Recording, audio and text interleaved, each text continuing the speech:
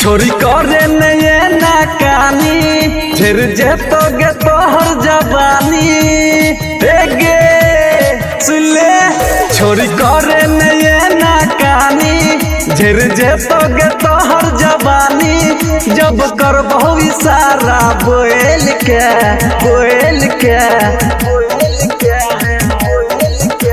जवानी के पानी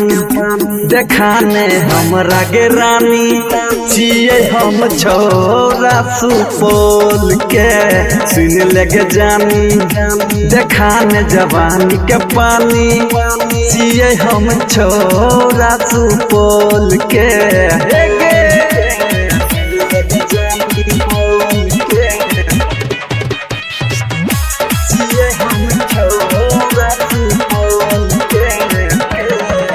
रख कनी ता डर सिमराही शहर जब पड़ जेतो तोरा पीछा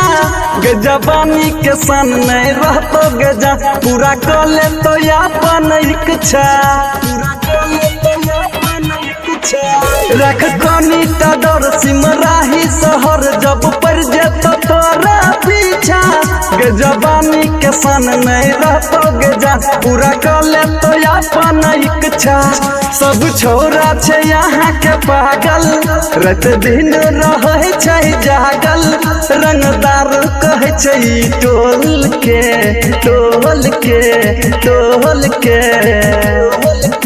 जवानी के पानी देखाने हमरा गे रानी छिए हम छोरा सुपौल के सुन लेगे जानी देखाने जवानी के पानी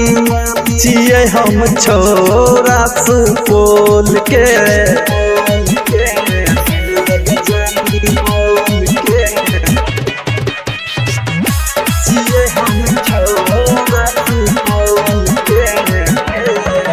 माने हमर बात धले करो हाथ चलतो नहीं गे तोहर मन मानी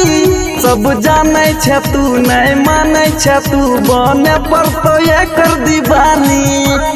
गे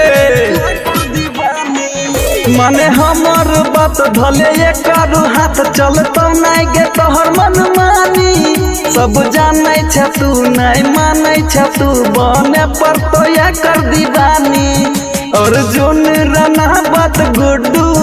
तब रेज का फूटे छो लड्डू किया करे छी झूठो के झोल गे